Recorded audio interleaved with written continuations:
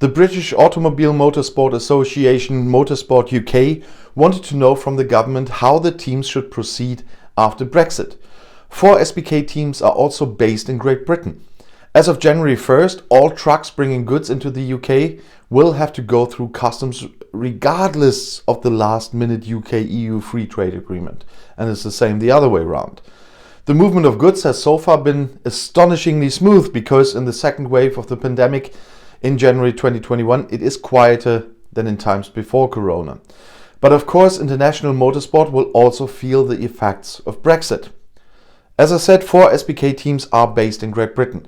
BMW partner Sean Muir Racing, Yamaha partner Crescent Racing, Briggs Ducati and the 300 team 109 Kawasaki.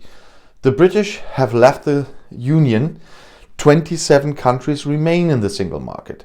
With a population of 450 million people, 19 of the 27 EU countries form an economic and monetary union as well. On January 1st, the euro was introduced as the common currency for these countries in the year 2002. That was just some basic information for some motorsport fans who incidentally dropped on the Brexit channel. In the future, every truck will have to present a so-called ATA carnet when entering Great Britain, an international customs document that contains all the necessary customs declarations. ATA stands for the French-English word combination admission temporaire, also known as temporary admission. The carnet enables the temporary duty-free import of goods into over 75 countries under 3 main agreements: exhibitions, fairs and similar events, samples for demonstration or professional materials. So far the process has worked well because the British have copied a customs clearance system from Switzerland. The forms can be filled out electronically by the transporters before departure. The entire customs clearance is done digitally. At the customs, the documents are only scanned by the officers. Checks are carried out on a random basis. Every team truck that drives to the SBK event in Donington Park in 2021, for example, has to list every little part that is transported across the border in this carnet.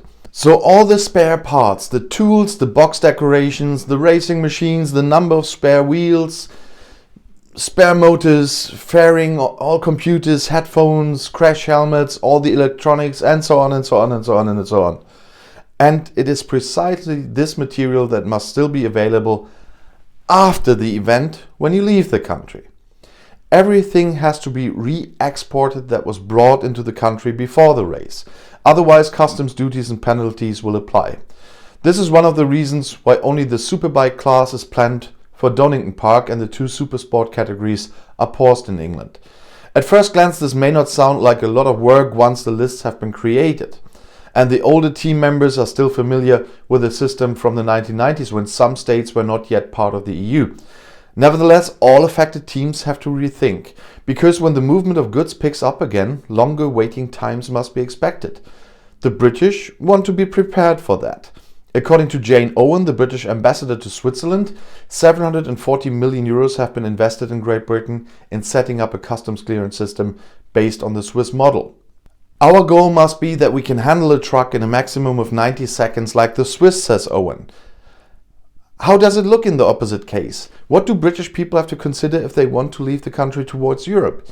The British Automobile Motorsport Association, Motorsport UK, wanted clarity about what British applicants have to consider if they want to compete in races in Europe.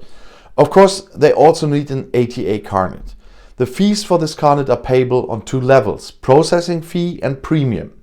Motorsport UK has negotiated a reduced fee of £240 plus VAT, that's 267 euros plus VAT, with the Birmingham Chamber of Commerce, a good third less than the usual fee, that is.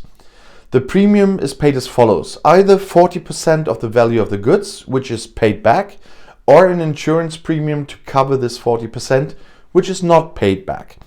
According to information from the Chamber of Commerce, the amount of the premium depends on how valuable the freight is, where the material is going, and for how long the carnet is to be valid. During this time, the material can be removed and reintroduced several times. The whole thing happens online. Some organizers of British championships have already decided to forego races in the EU area from 2021 against the background of Brexit and the constantly changing situation in the fight against the coronavirus.